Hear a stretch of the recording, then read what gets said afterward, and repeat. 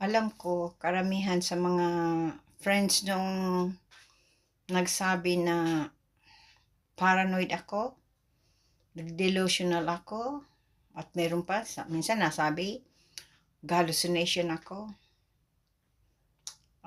Ganun talaga 'yun.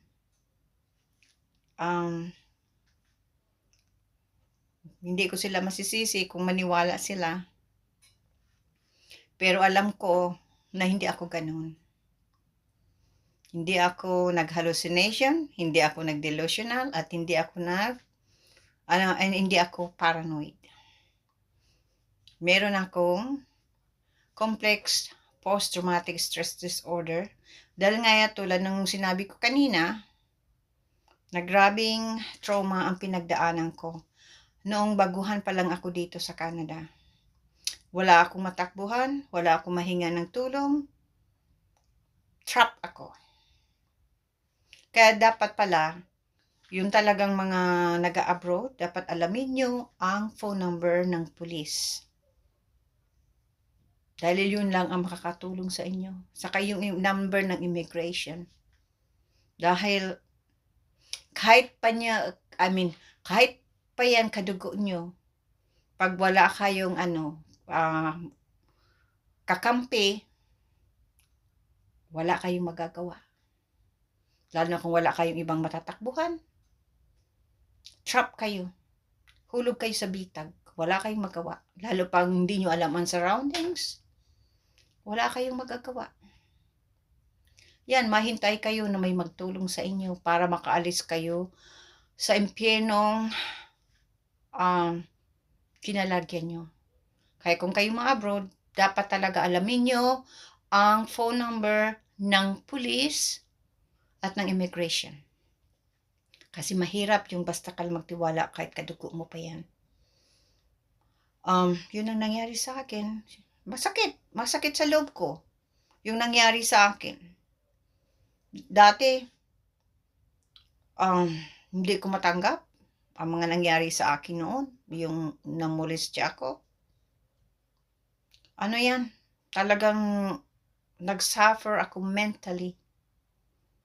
Talagang grabe. Pero yung alam naman ng doktor ko, family doctor ko, mga nangyari sa akin kasi sinasabi ko, yun nga, nagsuggest sa akin na mag-therapy, yun. Maraming taon ako nag-therapy. Kasi minsan hindi na talaga ako natulog. Palagi akong umiiyak. Palaging nag-iisip ako, sana ibinalik ko yung mga panahon na yun at hindi ako nagpunta dito. Yun, ang palagi kong naiisip. Pero wala na, nangyari na yun. Kaya ngayon, nagka-counseling pa rin ako. By phone. Siguro hindi na ito maaalis. Itong trauma ko ito hanggang ako mamatay. Nandito na yan. Kasi matagal na eh. Ilang taon na ako nag-suffer. Nag-therapy ako. Counseling ako. Maraming taon. Maraming taon talaga. Kaya, mahirap pala pag grabe ang traumang pinagdaanan mo. At yung wala kang kakampi. Yan. Tapos pinapatakot ka. Ang hirap. Ang hirap talaga. Kaya, dapat maging malakas ang loob mo. Yun na lang inaano ko. Nagpe-pray ako na sana makayanan ko. Kaya ako nagkasakit. Kasi wala akong ginawa eh. Stress ako masyado. Depressed ako masyadong ilang taon. Kaya yun nga eh. Linalagay sa isip ko na nag-hallucination ako.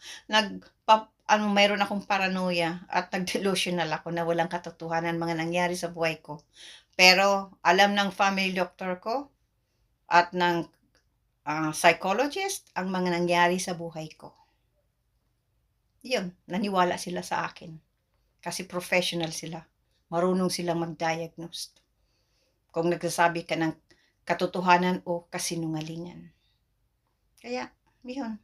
Sabi sa akin ng nag-counseling sa akin, hindi ko dapat sisihin ang sarili ko sa mga nangyari kasi naging biktima lang ako.